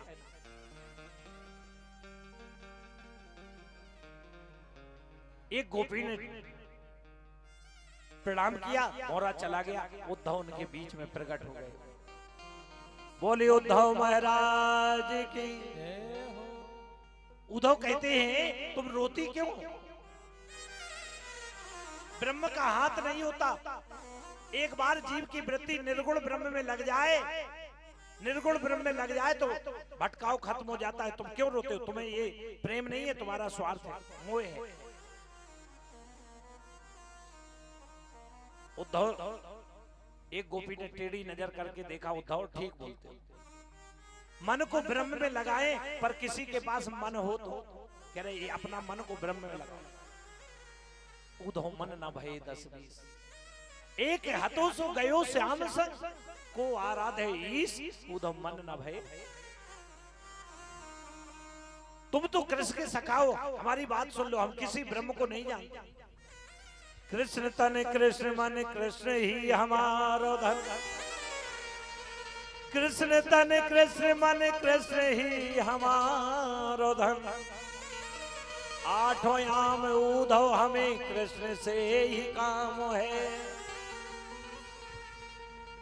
सिवाय कृष्ण के हम किसी को जानते नहीं। उद्धव, तुम कहते निर्गुण ब्रह्म में, मेरे ख्याल से तुम ब्रह्म को नहीं जानते। देखो ग्वालिन गोपियां उद्धव को जवाब दे रही हैं। अरे उद्धव, निर्गुण का अर्थ होता है जिसमें प्राकृतिक गुण नहीं हो, सगुण का अर्थ होता है जिसमें दिव्य गुण विद्यमान हो। मेरे कृष्ण को तुम निर्गुण इसलिए कहते हो कि उसने संसार के गुण नहीं है। सगुण इसलिए कहते हो कि उसमें दिव्य गुण है। तुम कहते हो उसके पैर नहीं होते, पैर नहीं होते तो गऊ चराने कौन जाता था। तुम कहते हो उसके हाथ नहीं है। अरे उद्धव पागल हो गए, इन हाथों से मैंने माखन खिलाया, उसने अपने मुख से खाया। उद्धव तुम भय बोरे, पाती लेकर आए दौड़े। योग कौन जाने, यहाँ रोम रोम में श्याम है। हे उद्धव,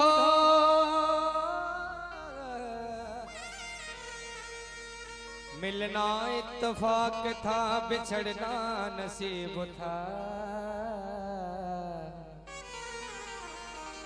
वो उतना दूर हो गया हमसे जितना करीब था। तेरे बिछड़ने का गर्व रूह की गहराइयों में है। जुदा होकर भी तू मेरी तन्हाइयों में। रे उद्धव, मत यो समझान रे, जाके कांटा लगे वही जाने। हो जाके कांटा लगे वही जाने। हे उद्धव, मत यो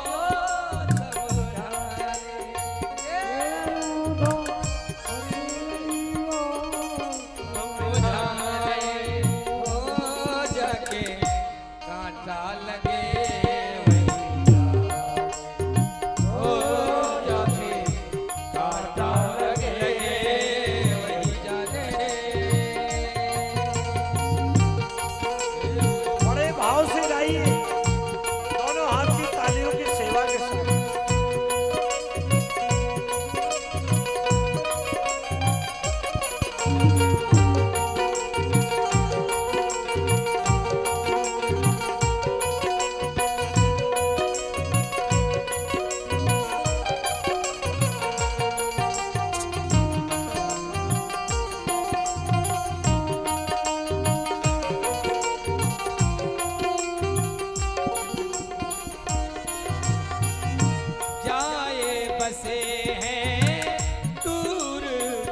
ब्रज में भेज रहे हैं संदेशा,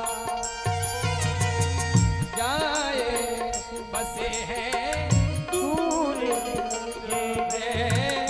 भेज रहे संदेशा। हमको भी इतना तकत है, रूप हो गया कैसा, रूप हो गया कैसा, रूप हो गया कैसा। बजराई मैया की अखिया बजराई मैया की अखिया, दर्शन उसका पाने रे जाके कांटा लगे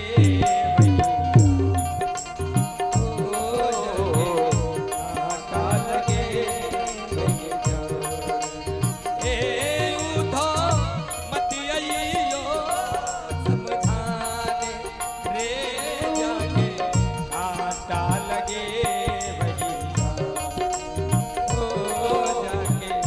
कांटा लगे वही, हो जाके कांटा लगे वही, हो जाके कांटा लगे वही जाते। गोपियां रुदन करने लगी। रोते रोते उनके नेत्रों में अश्रु की धारा बह चली। गोपियों के नेत्रों से बहने वाली अश्रु की धारा पनारी के रूप में परिणित हो गई। वहां प्रेम की नदी एक सरोवर का रूप परिणित हो गई, वही महासरोवर एक अथाह भाव समुद्र के रूप में परिणित हो गया।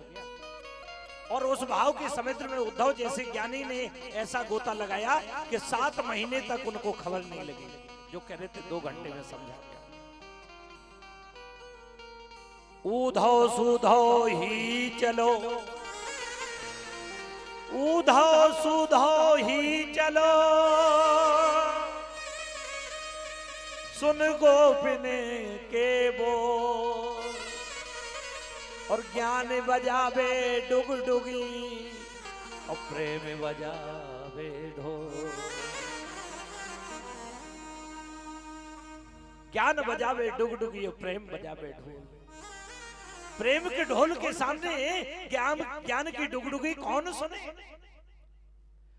जैसे ही उद्धव मथुरा में पहुंचे 7 महीने बाद बोलकर गए थे 1 घंटे में आऊंगा। 7 महीने के बाद श्री कृष्ण के कक्ष में प्रवेश किया। मेरे गोविंद ने दौड़कर उद्धव को गले से लगा लिया। उद्धव ने कहा जले पर नमक मत डालो, तुम्हारे समान निष्ठुर इस दुनिया में नहीं। उद्धव क्या हो गया, मुस्कुराने लगे। बोले तुमसे बड़ा निष्ठुर व्यक्ति नहीं है। इतने भोले भाले आपने सखाओं को छल किया, माता यशोदा के साथ धोखा किया, आपने झूठ बोला। बोले उद्धव आंखें बंद करना। और जैसे ही आंखें बंद की, उद्धव आंखें खोलो, राधा रानी बगल में बैठी है, सारे सखा नाच रहे। बोले उद्धव देखिए ध्यान से, जो मुझसे इतना प्रेम करता है मुझसे दूर नहीं रहता है। तुम्हें ज्ञान का बहुत बड़ा अहंकार था ना, इसलिए मैंने बताया कि ज्ञान से भी बड़ा प्रेम है।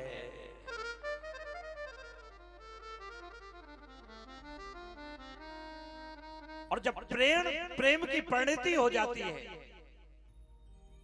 तो फिर चारों तरफ केवल कृष्ण नजर आता है। बोले वृंदावन बिहारी लाल की। यहाँ पर 10वें स्कंद के पूर्वार्ध की कथा समाप्त होती है, उत्तरार्ध की कथा प्रारंभ होती है। जरासंध ने 16 बार आक्रमण किया मथुरा पर, क्योंकि अस्थि प्राप्ति जरासंध की पुत्री थी, कंस की पत्नी पिता के घर गई, उसने आक्रमण किया। भगवान ने हर बार बंदी बनाया, छोड़ दिया। 17वीं बार कालेवन को लेकर आया, ब्राह्मणों को यज्ञ पे लगा दिया कि अब की बार अगर युद्ध हारेंगे तो तुम्हें मार देंगे। भगवान ने सोचा ब्राह्मणों की रक्षा करने तो मैं आया हूं, संतों की रक्षा करने। भगवान युद्ध क्षेत्र से भागे, बलराम ने रोका। बोले तेरा नाम रणछोड़ पड़ जाएगा। बोले क्या फर्क पड़ता है, कोई माखन चोर करता है, कोई इतने नाम है, एक आध पदवी और मिल जाएगी। बोले रणछोड़ धाम की जय। बोले रणछोड़ महाराज जी की। भगवान कन्हैया उस युद्ध से भागे और एक गुफा में पहुंचे। काले मन को मुचकुंद ऋषि के द्वारा उसका उद्धार कराया। पीछे पीछे जरासंध जब भागा तो भगवान एक पर्वत पर चढ़ गए। उसने उसमें आग लगा दी और रातों रात कन्हैया ने विश्वकर्मा को आदेश दिया और द्वारकापुरी का निर्माण कर दिया। बोले द्वारकाधीश भगवान की। सोते हुए ब्रजवासियों को उठाया और द्वारका में भेज दिया। भगवान द्वारका में रहने लगे।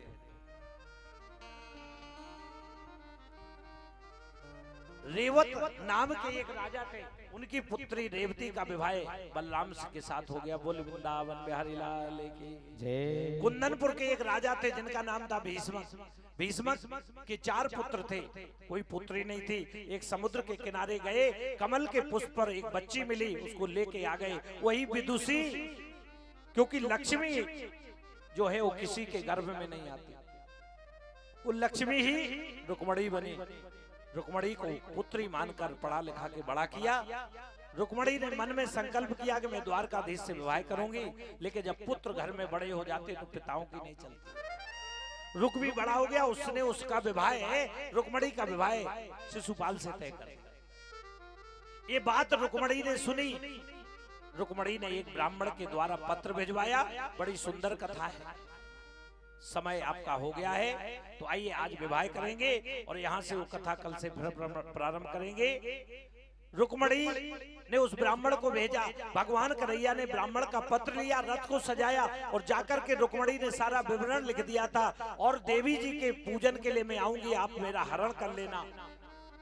रुक्मणी आई, कन्हैया ने उनका हरण किया। इधर से नारायणी सेना लेकर के बलराम जा रहे थे, उधर से शिशुपाल और रुक्मी ने आक्रमण किया। युद्ध हुआ। युद्ध में बलराम ने आकर के संधि करवाई और वापस रुक्मणी को कुंदनपुर भेजा और कन्हैया और बलराम वापस आ गए और अब विवाह की तैयारियां हो रही है। आइए हमारे बीच में भी कृष्ण और रुक्मणी का विवाह होगा। ध्यान देना, आप द्वापर में थे लेकिन आपको याद नहीं है। जो लोग द्वापर में थे वही आज बैठे हुए हैं और रुक्मणी और कृष्ण भगवान का विवाह देख रहे हैं। तो घर में विवाह होता है तो हम लोग क्या करते हैं? क्यों माता बहनों? अगर घर में पुत्र का विवाह होता है तो कैसे नाचते हैं? ये तो मेरे ठाकुर जी का विवाह है। तो आइए हम लोग ठाकुर जी के विवाह की याद में नाचे, और जो यहाँ नाचेगा उसको 84 में नाचना नहीं पड़ेगा। बोले कृष्ण कन्हैया लाल की, बोले रुक्मणी मैया की।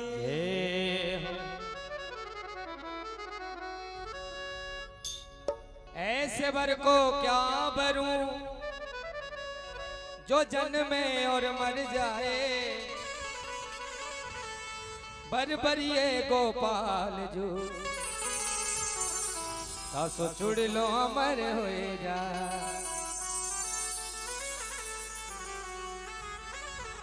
रुक्मणी और कृष्ण का आगमन हो रहा है। सभी लोग खड़े होकर फूलों की वर्षा करके स्वागत करेंगे।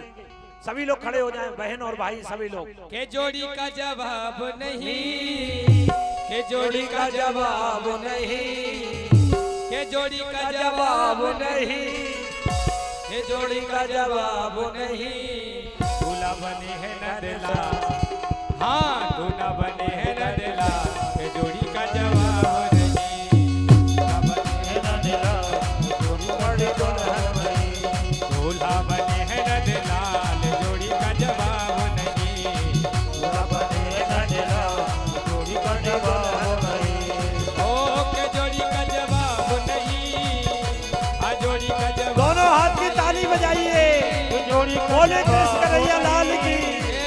जोड़ी का जवाब नहीं, दूल्हा बने है नंदलाल, जोड़ी का जवाब नहीं। दूल्हा बने है नंदलाल, रुक्मणी दुल्हन बनी।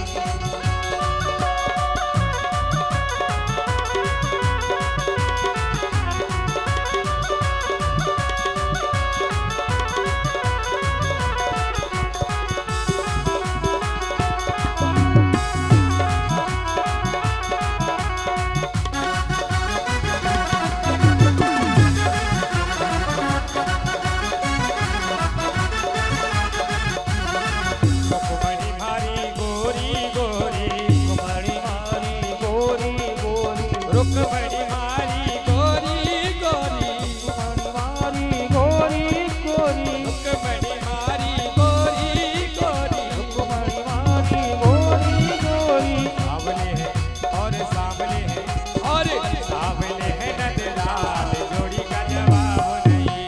दूल्हा बने नंदलाल, जोड़ी का जवाब नहीं। आज दूल्हा बने हैं नंदलाल, जोड़ी का जवाब नहीं। दूल्हा बने नंदलाल, जोड़ी का जवाब नहीं। रुक्मणी मंगल भगवान की जय हो।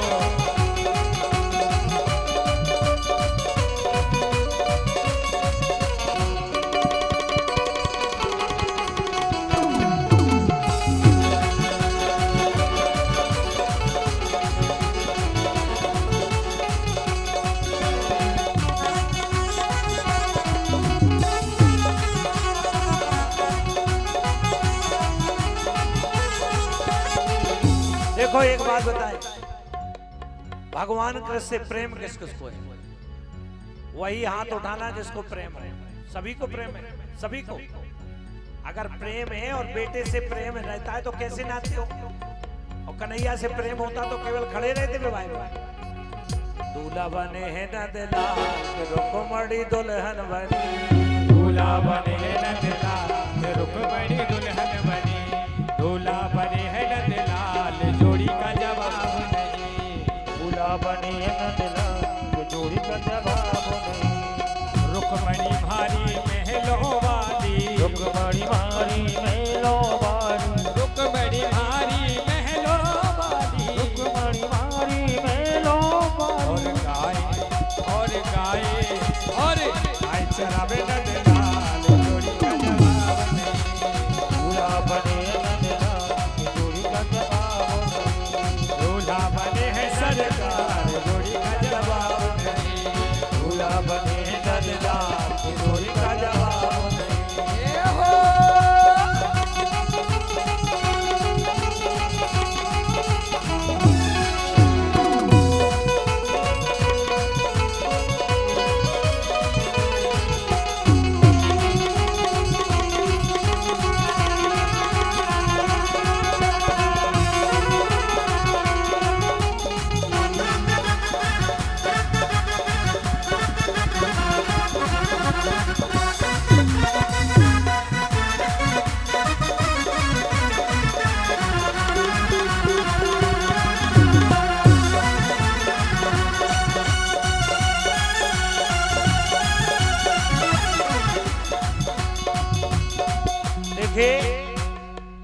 वरमाला का कार्यक्रम होने जा रहा है, तो परीक्षित परिवार के लिए तालियां बजाइए। ये जो आप लीला देख रहे हो परीक्षित जी की वजह से, तो परम सम्मानीय आदरणीय चंदन सिंह के लिए एक बार नहीं 2 बार ताली बजाइए। उनके माता पिता के लिए तालियां बजाइए। ऐसे सपूत को जन्म दिया जिसने अपने लिए नहीं, ये कथा हजारों लोगों के कान में पहुंचाई। धन्य है उनके माता पिता, उनका परिवार के लिए भी तालियां बजाइए।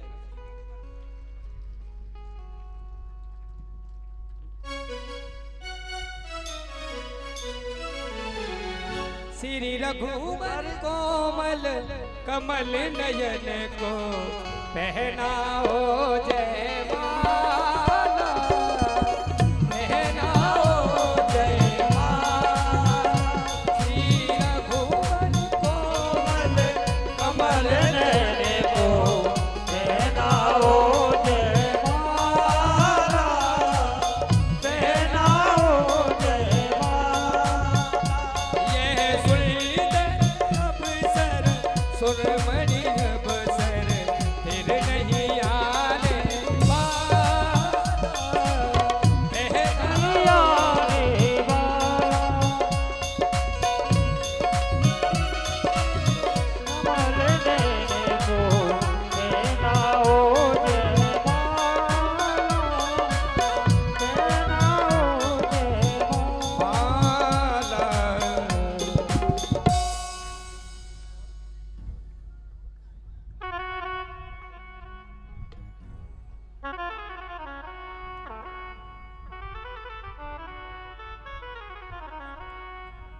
तो ये सौभाग्य आप लोगों को मिला है रुक्मणी और कृष्ण के पैर पकड़ने का।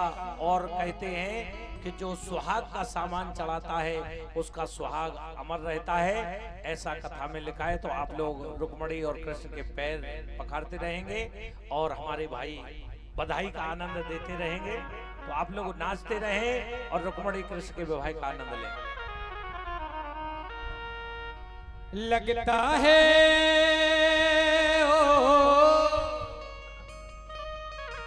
लगता है आज जैसे संसार की शादी है, आज मेरे श्याम की शादी है, आज मेरे श्याम की शादी है, आज मेरे श्याम की शादी है, ओ श्याम की शादी है, मेरे घनश्याम की शादी है, आज मेरे श्याम की शादी है, आज मेरे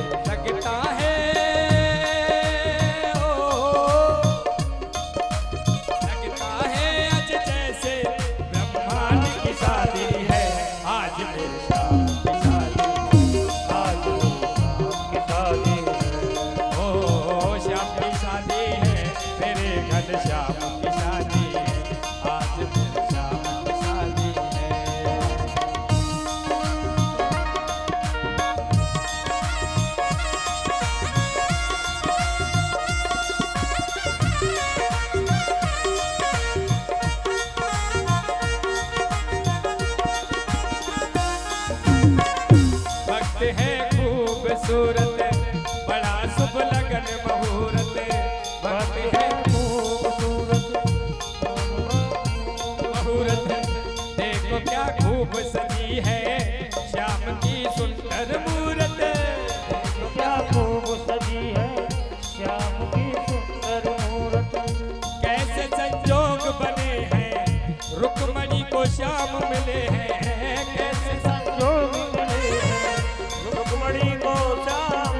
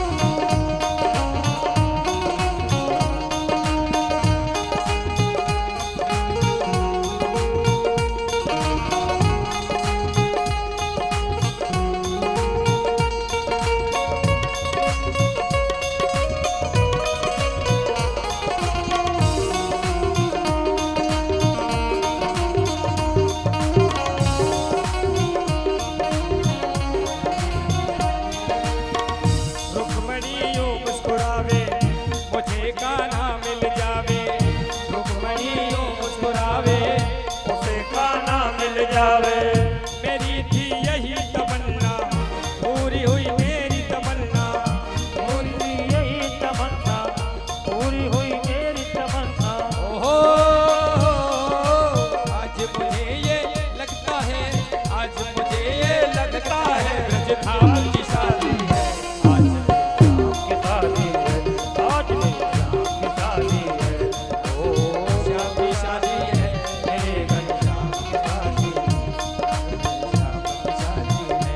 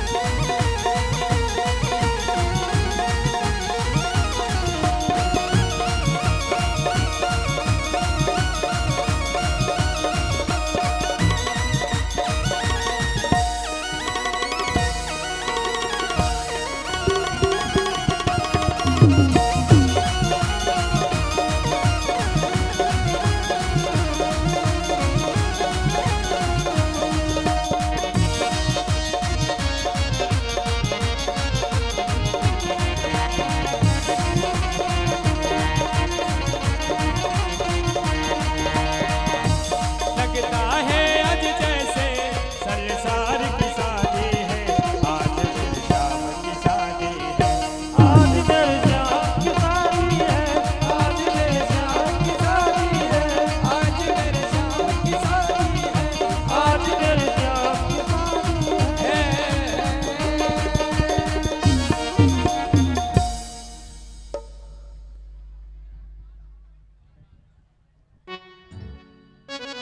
सभी लोग पैर पखाड़ते हुए